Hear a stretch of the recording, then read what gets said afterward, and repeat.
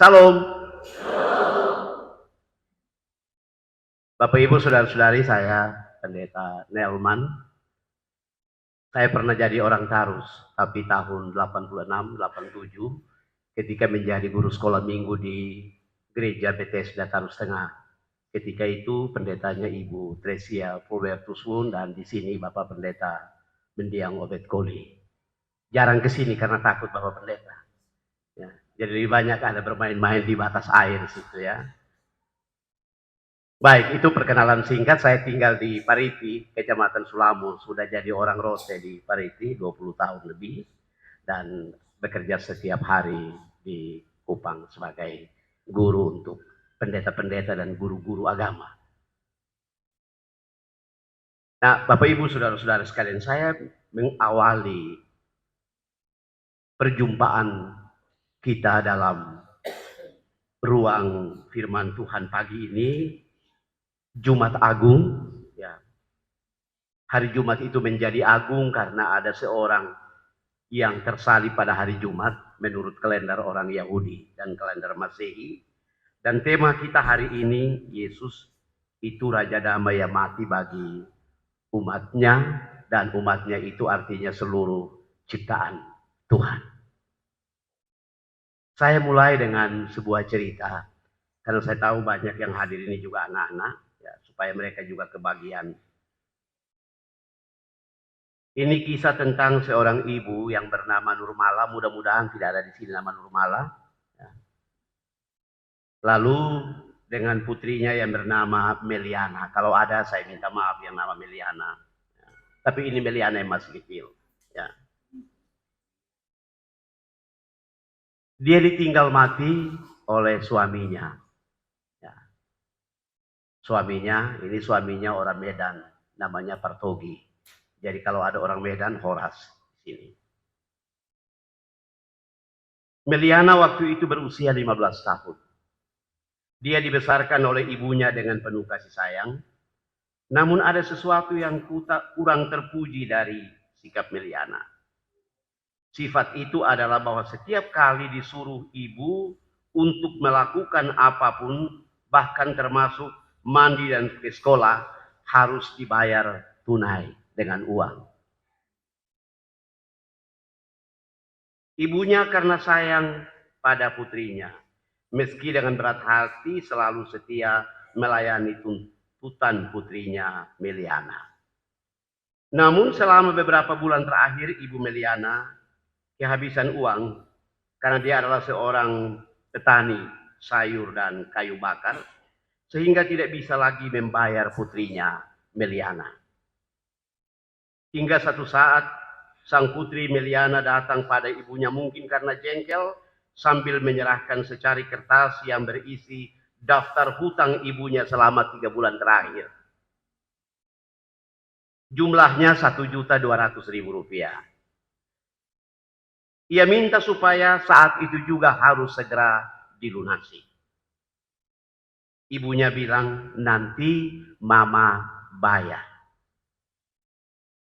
Meliana pun senang. Lalu dia segera masuk kamar, tutup pintu sambil menunggu ibunya melunasi hutang-hutangnya. Namun ketika ia bangun, ada secari kertas yang terselip di daun pintu. Dia pikir amplop yang berisi uang. Setelah dia buka, ternyata ada sebuah catatan penting yang membuat dia bingung sekaligus hatinya hancur, berkeping-keping. Isinya judul dari kertas, tulisan di kertas itu, daftar hutang ibu padamu Meliana, anakku tersayang. Dan dia rinci dengan baik. 1. Biaya Meliana dalam rahim mama selama 9 bulan 10 hari, 280 hari kali 100.000 sama dengan 28 juta. Biaya persalinan sesar, biaya obat, rumah sakit, bayar dokter, 25 juta. Biaya menyusui 2,5 tahun kali 365.000 per 25.000 rupiah, 18.250.000 rupiah. beli susu, obat-obatan, pampers, dan lain-lain. Selama 2,5 tahun kali 365 hari, 91.200.000 rupiah. Biaya makan minum, pakaian sekolah sampai dengan usia 15 tahun, semuanya dikalikan ada 547.500. Sewa pembantu selama 5 tahun, 50.000 rupiah per hari, 91.250.000 rupiah. Total semuanya 846.970.000 rupiah. Setelah membaca surat itu, Meliana keluar dengan air mata. Ia takut karena tidak punya uang untuk membayar hutang sebesar itu. Bahkan tidak sanggup membayar.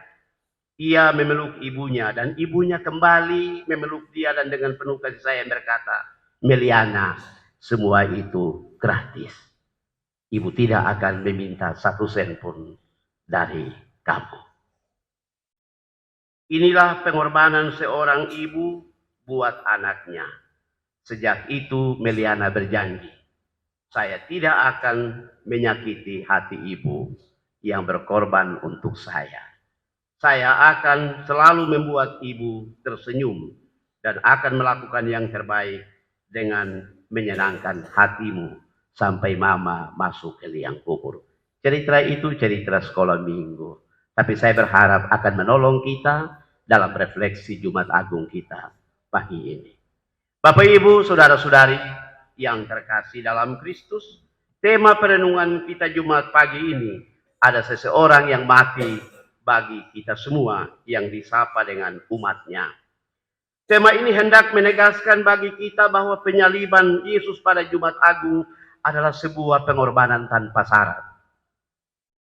Sebuah pengorbanan tak bersyarat. Artinya, Tuhan tidak pernah memberikan kepada kita beban hutang apapun atau melakukan rapat untuk memutuskan bolehkah saya mati untuk jemaat atau tidak.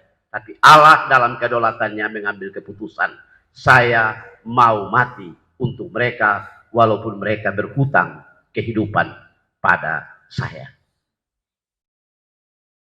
Karena itu Bapak Ibu saudara-saudara yang dikasihi, pertanyaannya adalah, adakah hubungan antara Raja Damai dengan sebuah kematian? Ada atau tidak? Mari saya tunjukkan bagi kita. Pertama, bahwa proklamasi atau pernyataan maklumat tentang Yesus sebagai Raja Damai itu sebuah pernyataan yang kita dengar disampaikan oleh malaikat Tuhan pada saat kelahiran Yesus. Pernyataan surgawi tentang Raja Damai adalah sebuah penegasan bahwa dia bukan sekedar Raja Damai, tapi sekaligus asal mula atau sumber damai sejahtera itu. Namun Yesus, Sang Damai Sejahtera itu hadir dan berkarya dalam sebuah dunia yang tidak damai. Dia datang dalam sebuah dunia yang tidak damai. Sebuah dunia yang tercabik-cabik karena konflik, karena pertentangan, karena perang, karena perkelahian, karena kehancuran dan bahkan ancaman kematian. Dia bahkan menurut kesaksian Injil, hampir seluruh hidup Sang Raja Damai itu dipertaruhkan bagi sebuah dunia yang tidak damai. Ia menjadi pokok perbantahan, lahir dalam ancaman pembunuhan, hidup dalam ancaman pembunuhan, bahkan berakhir dengan kematian secara mengerikan, laksana seorang penjahat kelas kakap menurut hukum Romawi dan Yahudi. Kematian pada salib menegaskan bahwa ia adalah korban dari tabiat manusia yang tidak menyukai perdamaian.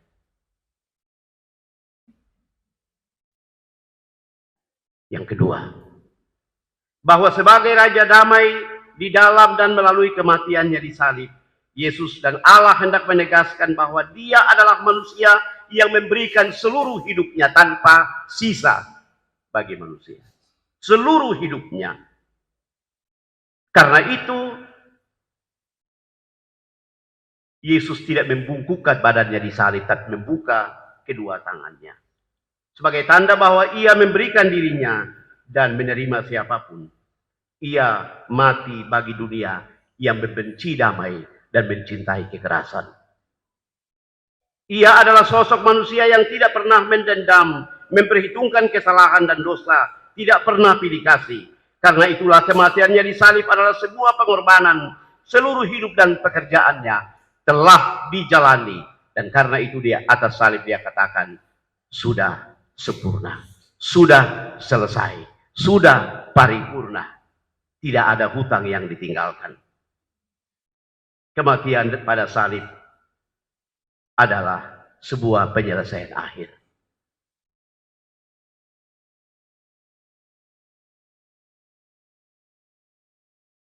Yang ketiga, karena Tuhan tidak pernah berhutang pada kita, maka kita diingatkan untuk jangan berhitung-hitung dengan Tuhan. Jangan berhitung untung rugi dengan Tuhan. Kalau kita pernah berhitung dengan Tuhan, baik dalam pelayanan dan di luar gereja, atau dalam hidup berumah tangga, dalam memberi waktu kemampuan, maka itu harus diakhiri. Karena Tuhan tidak pernah memperhitungkan cintanya bagi kita semua. Maka pertanyaannya adalah, jika Tuhan telah memberi dirinya bagi kita, mengapa manusia suka mempertahankan harga dirinya di hadapan Tuhan? Saya pernah bertanya kepada seorang bapak, kenapa bapak tidak mau berdamai? Saya punya harga diri, Pak Pendeta. Oke, saya tanya, minta maaf, bapak punya harga diri berapa? Wah, jangan tanya, Pak. Harga diri saya mahal, Pak. Ya. Dan saya katakan, kita semua punya harga diri yang mahal seperti bapak. Harga diri kita adalah satu nyawa yang dipertaruhkan di atas salib. Itu harga diri kita. Karena itu Bapak Ibu Saudara-saudara, jika Allah telah menganugerahkan hidup berkelimpahan bagi kita semua, maka tugas dan kewajiban kita adalah berterima kasih kepada Tuhan. Terima kasih engkau mati untuk saya. Bersyukur kepada Tuhan sebagai tanda terima kasih untuk Sang Raja yang telah mati bagi kita semua. Dengan memberi diri untuk melayani Tuhan, sekecil apapun talenta yang kita punyai. Dan kepercayaan itu harus dipelihara. Hanya itu yang bisa kita lakukan. Saudara-saudara, saya kutip seorang tokoh gereja Indonesia, seorang tentara yang bukan pendeta, Jenderal Simatupang. Kalau orang tua yang rambut putih pasti kenal. Seorang jenderal angkatan darat yang kemudian menjadi seorang pemimpin gereja di Indonesia dan dunia. Dia katakan begini, saya adalah orang yang berhutang.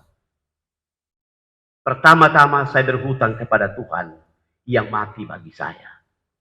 Kedua, saya berhutang kepada bangsa dan gereja ini. Hutang kepada Tuhan sampai kapanpun tidak bisa saya lunasi. Saya bisa mencicil hutang itu melalui hidup dan pelayanan saya. Sampai kapan Tuhan panggil saya, itulah akhir dari saya mencicil hutang-hutang saya. Saya yakin ini sebuah pernyataan iman yang luar biasa. Dan karena itu Bapak Ibu Saudara-saudari, dalam peristiwa Jumat Agung ini, sambil mengutip kata-kata Pak Simatupang tadi, saya memberikan beberapa catatan sebagai refleksi kita. Catatan saya yang pertama, setiap detak jantung, hembusan nafas kita, setiap tatapan mata kita kepada pelayanan Tuhan harus merupakan sebuah tanda terima kasih bagi Tuhan yang mati untuk kita. Syukur kepada Allah itu harus diungkapkan bukan saja dalam kelimpahan, tapi juga dalam berbagai keterbatasan dan kelemahan kita. Kita percaya bahwa dalam keterbatasan, penyakit, dan kegagalan, bahkan ancaman kematian, kita merasakan anugerah Allah, kita merasakan lawatan Allah ketika ada seseorang yang sama sekali tidak kita kenal, yang tidak pernah kita bayangkan, yang barangkali paling kita benci dalam hidup, tiba-tiba datang pada saat kita sakit dan putus asa, di ruang rawat kita, di rumah kita, dan dia katakan, beta ada, jangan takut sendirian. Bukankah itu merupakan cara Tuhan melawat dan memulihkan kehidupan kita, menopang kita dalam berbagai kelemahan kita. Kita percaya bahwa jika kita memberi diri secara sungguh-sungguh untuk melayani Tuhan dan sesama, kita akan terus merasakan kebaikan Tuhan.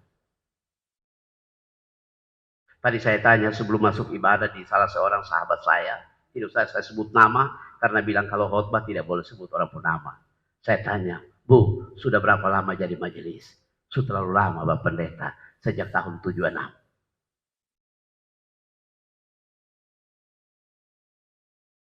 Itulah cara Tuhan memberi kesempatan kita untuk melayani. Itulah cara Tuhan memberi kesempatan kita untuk bersyukur kepadanya, meskipun kadang-kadang kita merasa momen-momen itu tidak penting dalam hidup kita. Yang kedua, hanya seorang sahabat yang berani melakukan itu. Hanya seorang sahabat yang berani mati untuk temannya. Dan karena itu penegasan Yesus dalam Injil Yohanes, aku tidak lagi menyebut kamu hamba tapi sahabat. Karena seorang hamba tidak pernah tahu apa yang diperbuat tuannya. Tapi kamu tahu apa yang dilakukan oleh Bapakmu. Kalau pagi ini saya bertanya yang hadir di sini, berapa banyak yang punya Facebook? Saya punya Facebook. Kalau selewat 5.000 saya hapus, Pak. Saya tanya bapak-bapak, ibu-ibu, saudara-saudara, siapa yang punya Facebook? Pasti lebih dari 80% akan mengatakan saya punya Facebook. Itu. Punya. Tapi apakah kita sudah bersahabat baik dengan Tuhan dan dengan tetangga kita? Satu kali ada tetangga minta pertemanan. Pak, saya sudah minta pertemanan, belum ada konfirmasi. Ya. Betul. Berteman dengan ribuan orang di dunia maya yang tidak pernah ketemu. Tapi dengan Tuhan tidak pernah bersahabat. Memang Tuhan tidak punya Facebook. Justru karena tidak punya Facebook, dia mati untuk saya dan kita semua. Itu sebuah catatan pinggir dari renungan pagi ini. Salib adalah penyelesaian akhir dari seluruh karya Kristus, karya pengampunan, dan membayar lunas semua hutang kita. Melalui kematiannya pada salib, Allah mendamaikan dunia dengan dirinya. Dan tindakan pendamaian selanjutnya diletakkan di atas pundak kita masing-masing.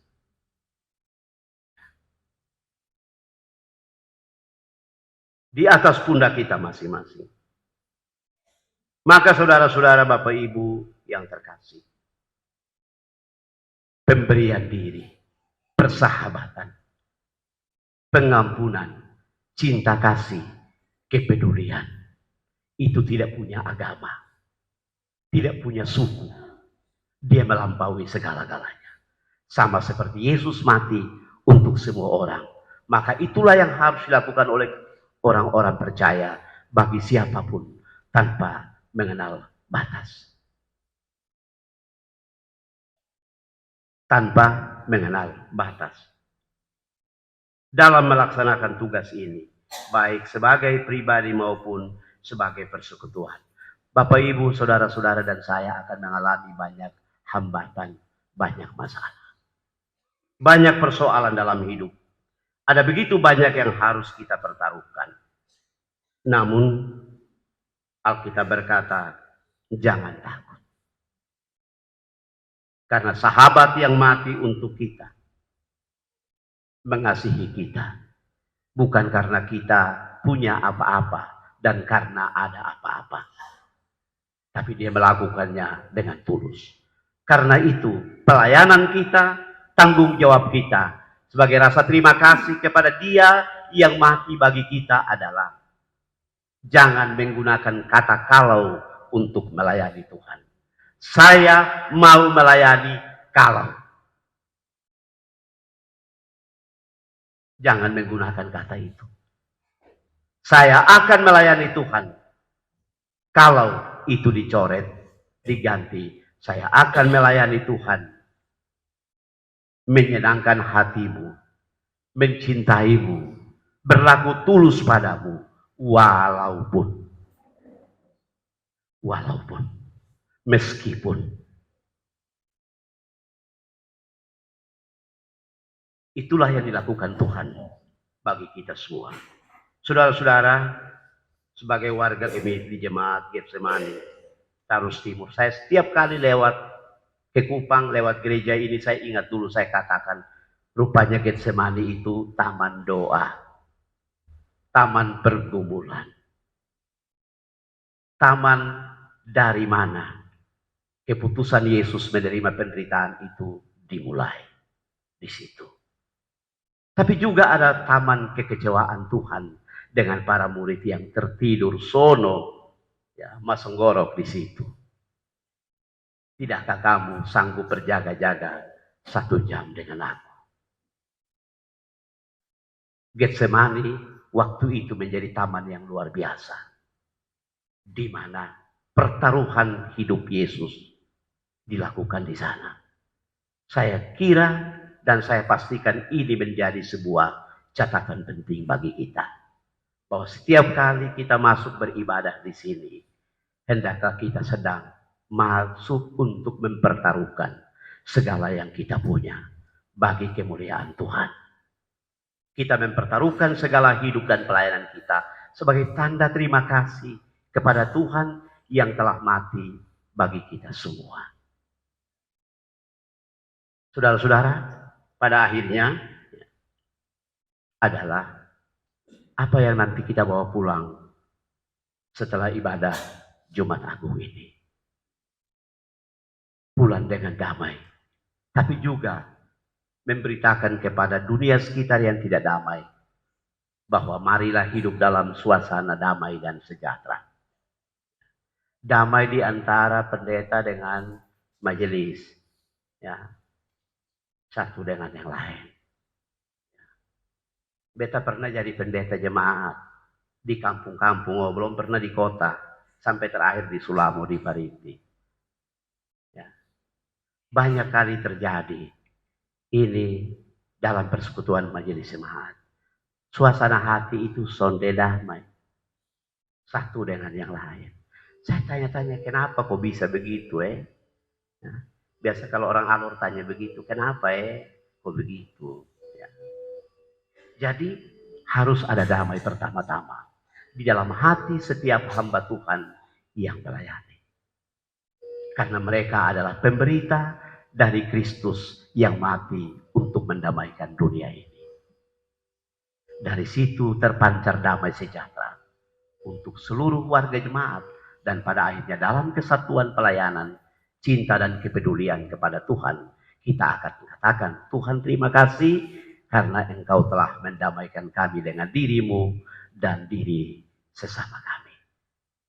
Paling terakhir, saya persilahkan jemaat yang duduk berdekatan untuk baku lihat, ya. Coba senyum, ya.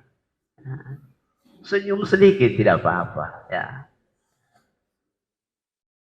Senyum lalu bilang, beta sonde marah lah, ya. Koton sudah damai karena Yesus sudah mati untuk kita.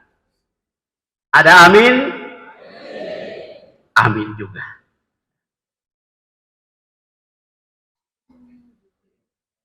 Bapak Ibu, saudara-saudari yang diberkati oleh Tuhan,